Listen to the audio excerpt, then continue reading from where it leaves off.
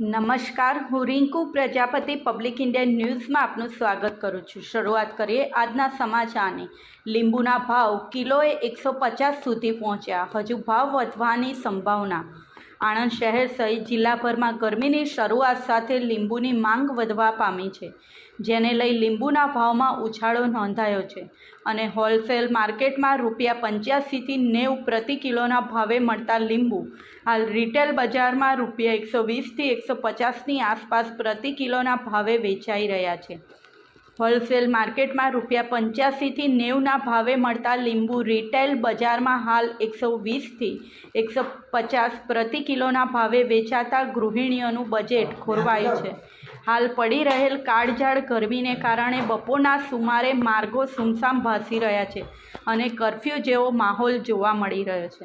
સાથે સાથે અગત્યના કામકાજ અર્થે બજારમાં નીકળતા નાગરિકોને ગરમીથી બચવા માટે ટોપી, ચશ્મા તેમજ બુકાનીનો સહારો લેતા હોવાનું જોવા મળી રહ્યા છે। ગરમીની શરૂઆત સાથે જ બજારમાં ઠંડા પીણા, આઈસ્ક્રીમ, બરફગોલા તેમજ લીંબુ શરબતનું ચલણ વધવા પામ્યું છે। આણંદના બજારમાં રોજના 16 કિલોનો એક દાગીનો એવા 60 થી 65 નંગ દાગીના પ્રતિદિન ઠલવાય છે। મોટાભાગે અમદાવાદથી માલ આવે છે। અમદાવાદમાં બહારના રાજ્ય તેમજ અન્ય સ્થળોએથી માલ આવે છે।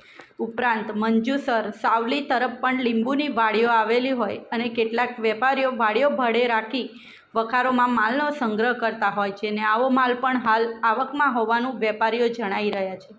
હાલ બજારમાં લીંબુના ભાવ આસમાને પહોંચતા આણંદના બજારોમાં માંડ 250 થી 300 કિલો લીંબુનું વેચાણ થઈ રહ્યું હોવાનું વેપારીઓ જણાવી રહ્યા છે।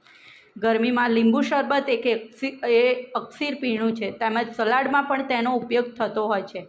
હાલ બજારમાં લીંબુના ભાવો ઉચકાતા ઘરમાં પહેલાં 1 કિલો લીંબુ વપરાતા તેની સામે 250 ગ્રામ લીંબુમાં સેટ કરવાની ગૃહિણીઓને ફરજ પડી રહી છે।